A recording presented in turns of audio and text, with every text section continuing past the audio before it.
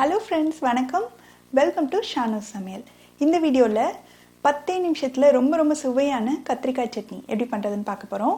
இதுக்கு வந்து நிறைய பொருட்களும் தேவையில்லை. ப்ரெஷர் குக்கரில் ரொம்ப ஈஸியாக செஞ்சிடலாம். மிக்ஸி கூட தேவையில்லை. கரண்ட் போயிடுச்சுன்னா கூட நீங்கள் டக்குன்னு 2-3 கத்திரிக்காய் இருந்ததுன்னா இந்த சட்னி வீட்டில் இருக்கிற பொருளை வச்சு ரொம்ப ஈஸியாக செஞ்சிடலாம். வாங்க எப்படி பண்ணுறதுன்னு பார்க்கலாம். வீடியோக்குள்ளே போகிறதுக்கு முன்னாடி நம்ம சேனலை இது வரைக்கும் சப்ஸ்கிரைப் பண்ணாதவங்க சப்ஸ்கிரைப் பண்ணிவிட்டு பெல் பட்டனையும் கிளிக் பண்ணிக்கோங்க. செய்ய ஸ்டார்ட் பண்ணலாம். ஒரு ப்ரெஷர் குக்கரில் 150 கிராம் அளவுக்கு கத்திரிக்காயை சின்ன துண்டுகளாக வெட்டி சேர்த்துக்கலாம். அது கூட ஒரு 5 போல் பொடியாக நறுக்குன சின்ன வெங்காயம், 2 நறுக்குன பச்சை மிளகாய், 2 மீடியம் சைஸ் நறுக்குன தக்காளி. இதுக்கு தேவையான அளவு உப்பு சேர்த்துட்டு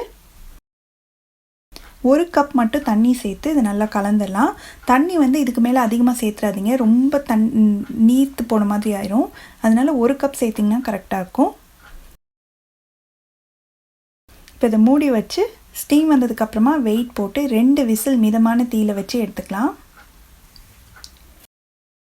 இப்போ 2 விசில் வந்து ஆஃப் பண்ணியாச்சு. ப்ரெஷர் எல்லாம் போயிடுச்சு. திறந்து பார்க்கலாம். நம்ம சேர்த்த கத்திரிக்காய் தக்காளி எல்லாமே நல்ல சாஃப்டாக வெந்துடுச்சு. இப்போ இதை தனியாக எடுத்து வச்சுட்டு ஒரு பேனில் 1 டேபிள் ஸ்பூன் அளவுக்கு எண்ணெய் ஊற்றி, எண்ணெய் சூடானதுக்கப்புறமா 1/2 டீஸ்பூன் கடுகு, 1/2 டீஸ்பூன் உளுந்து. கடுகு நல்லா பொரிஞ்சு உளுந்து லேசாக செவந்ததுக்கப்புறமா 2 காஞ்ச மிளகாயை இந்த மாதிரி சின்ன துண்டுகளாக கிள்ளி சேர்த்துக்கலாம். இது கூட கொஞ்சமாக கறிவேப்பிலை, ஒரு 5 போல் சின்ன வெங்காயத்தை நீளமாக வெட்டி சேர்த்துக்கலாம். நம்ம ஏற்கனவே கத்திரிக்காய் வேக வைக்கும்போது வெங்காயம் சேர்த்தோம். இப்போ இந்த வதக்கும் போது கொஞ்சம் வெங்காயம் சேர்த்தோம்னா ரொம்ப நல்லாயிருக்கும்.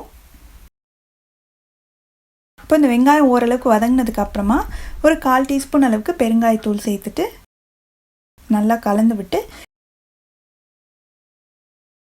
இந்த தாளிப்பை நம்ம குக்கரில் சேர்த்துலாம். அந்த கத்திரிக்காயெலாம் வெந்து வச்சுருக்கோம் இல்லையா, அதில் சேர்த்துட்டு மறுபடியும் ஸ்டவ்வை ஆன் பண்ணி ஒரு 1/4 டீஸ்பூன் மட்டும் மஞ்சள் தூள் சேர்த்து கலந்து விட்டு 1 நிமிஷம் மட்டும் கொதிக்கட்டும். இப்போ ஸ்டவ் ஆஃப் பண்ணிடலாம். இது நல்லா சூடாக இருக்கும்போதே வந்து நம்ம இந்த மாதிரி மசிக்கிற கட்டையோ இல்லை இந்த பொட்டேட்டோ மேஷர் இருக்கு இல்லையா, இதை வச்சு நல்லா மசிச்சிடணும். நம்ம நல்ல தாளிப்பில் காஞ்ச மிளகாய் வெங்காயம்லாம் சேர்த்துக்கிறதுனால அதையும் சேர்த்து மசிக்கும்போது இந்த சட்னிக்கு தேவையான அளவு காரம் வந்து ஈஸியாக கிடச்சிரும். நம்ம ஏற்கனவே பச்சை மிளகாயும் சேர்த்துருக்கோம். அதனால இது வந்து போதுமான அளவு காரத்தில் கரெக்டாக இருக்கும்.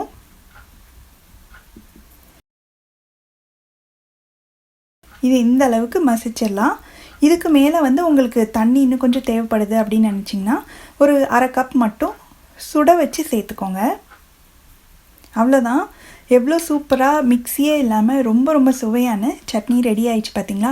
இது வந்து இட்லி தோசைக்கு கண்டிப்பாக ட்ரை பண்ணி பாருங்கள், அவ்வளோ டேஸ்ட்டாக இருக்கும். ரொம்ப சுவையான கத்திரிக்காய் சட்னி ரெடி ஆயிடுச்சு. நீங்களும் இந்த ரெசிபியை ட்ரை பண்ணி பார்த்தீங்கன்னா எப்படி வந்ததுன்ற கமெண்ட்ஸை மறக்காமல் ஷேர் பண்ணுங்கள். தேங்க்ஸ் ஃபார் வாட்சிங்.